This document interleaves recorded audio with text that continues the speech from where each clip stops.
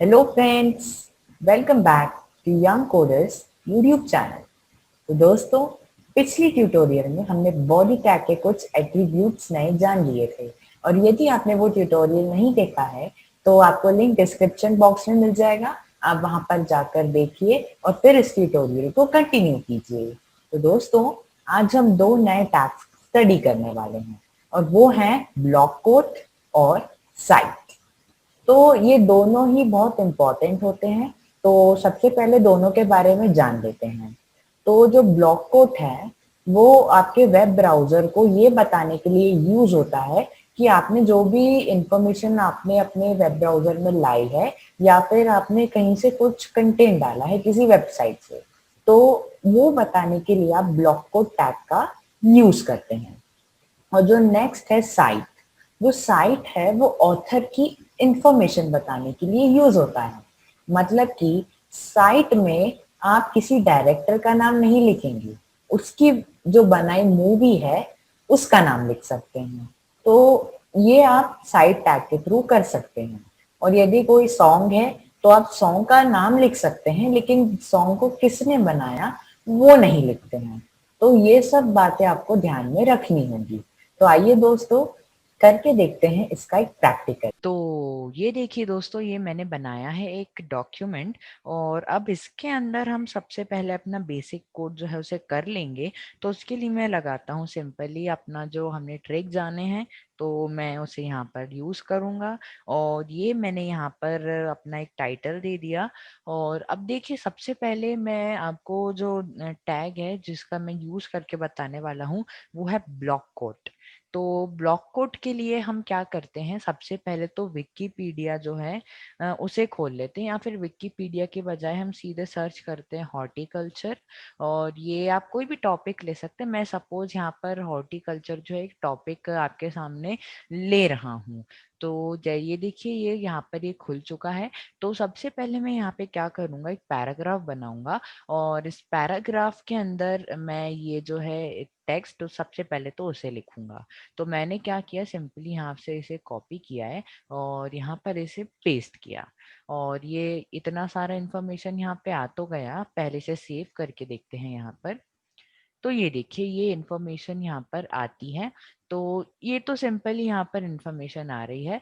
तो मैं यहाँ पर इसकी एक हेडिंग भी बना देता हूँ। हमने H2 लगाया, H2। और अब यहाँ पर हम H2 में इसकी एक हेडिंग दे देंगे। सपोज मैं यहाँ पर दे रहा हूँ हॉर्टिकल्चर, ये मैंने दे दिया। अब देखते हैं हेडिंग कैसी आ रही है। तो ये देखिए, नॉर्मल यहाँ पर आ रही है। अब हॉट ये तो हमने दे दिया। तो अगर आप यहाँ पर देखेंगे तो यहाँ पर जैसे ये वन लिखा आ रहा है, तो ऐसी चीजें हमें यहाँ से हटा देना है। तो मैं यहाँ से इसे हटा दूंगा।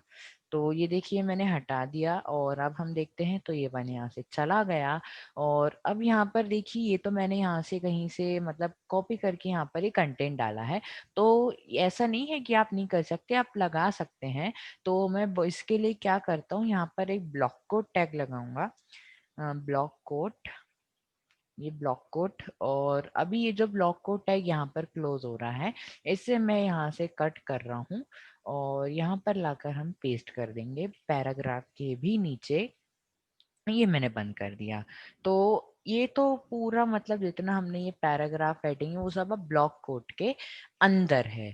लेकिन ये जो H2 है यानी कि हेडिंग, वो तो हमारी है।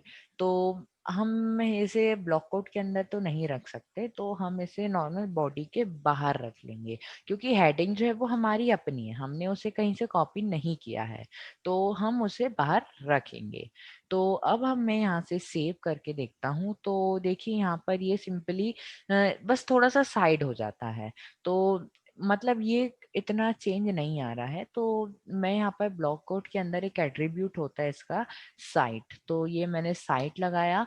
और ये एक ही एट्रीब्यूट होता है ब्लॉक कोड टैग का, ये साइट हुआ। और साइट में हम ये बताते हैं कि हमने किस यूआरएल से इस जो कंटेंट है इसको हमने यहाँ पर लगाया। तो ये देखिए, आप यहाँ पर ये है, ये कंटेंट है, हमने मतलब इस यूआरएल से हमने ये इंफॉर्मेशन यहाँ पर लिखा है। तो अभी हम यहाँ पर क्या करेंगे, ये जो पूरा यूआरएल देख रहे हैं, हम इसे यहाँ से कॉपी करेंगे और यहाँ पर साइड में ला करके हम इसे पेस्ट करेंगे। ये हमने पेस्ट कर दिया। अब हम इसे सेव करते हैं। हमने इसे यहाँ पर इस तरीके से जो है सेव कर दिया और अब हम यहाँ पर रिफ्रेश करेंगे तो देखिए यहाँ पर अब तक भी कोई चेंज जो है वो नहीं आ रहा, क्योंकि ये साइट टैग से हमें तो कुछ यहाँ पर नजर नहीं आएगा।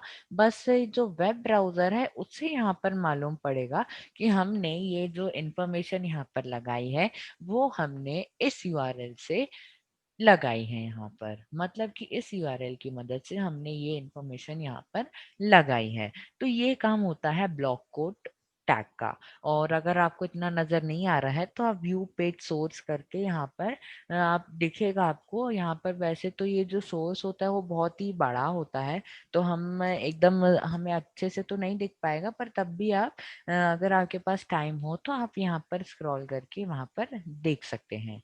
तो ये तो काम हो गया ब्लॉक कोड टैग का। अब हम ये जो ब्लॉक कोड है और ये सब को हम पूरा हटा देंगे। तो ये मैंने यहाँ तक इसे हटा लिया और इसे पहले नॉर्मल करेंगे।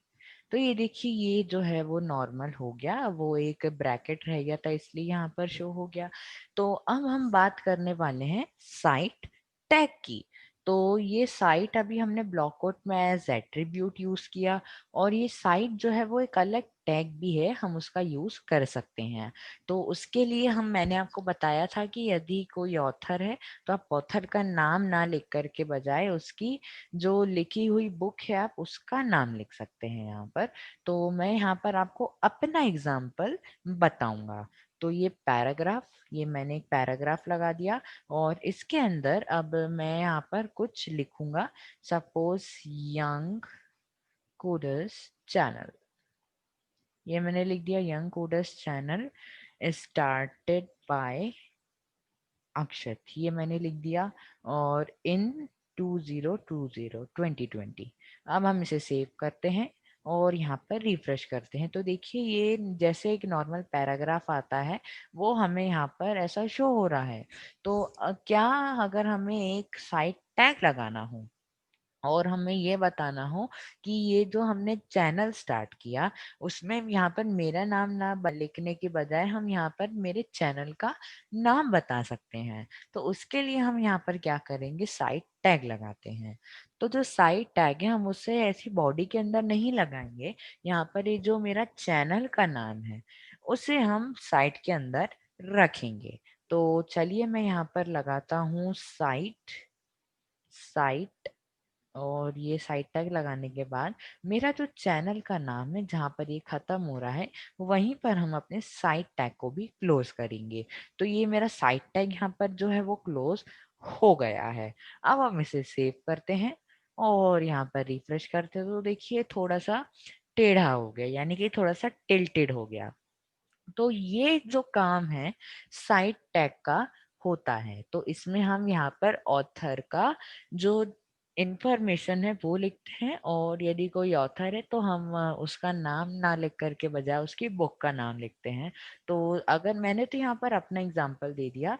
अब इसी तरीके से आप यहाँ पर कोई भी एग्जांपल लेके यहाँ पर आप कोड कर सकते हैं। ऐसा कुछ जरूरी नहीं कि आप किसी चैनल का नाम लिखें, किसी मूवी का नाम लिखें या फिर किसी ऑथर का नाम लिखें।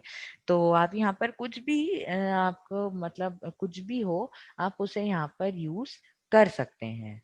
तो दोस्तों आई होप आपको ये जो है आज हमारा समझ में आया होगा। तो बस आज के लिए मैं यहाँ पर आपको इतना ही बता रहा हूँ। तो दोस्तों, कैसा लगा आपको ट्यूटोरियल? अगर अच्छा लगा हो तो प्लीज लाइक करिए, शेयर कीजिए और सब्सक्राइब करिए। तो मिलते हैं नेक्स्ट ट्यूटोरियल में, तब तक के लिए bye bye and take care.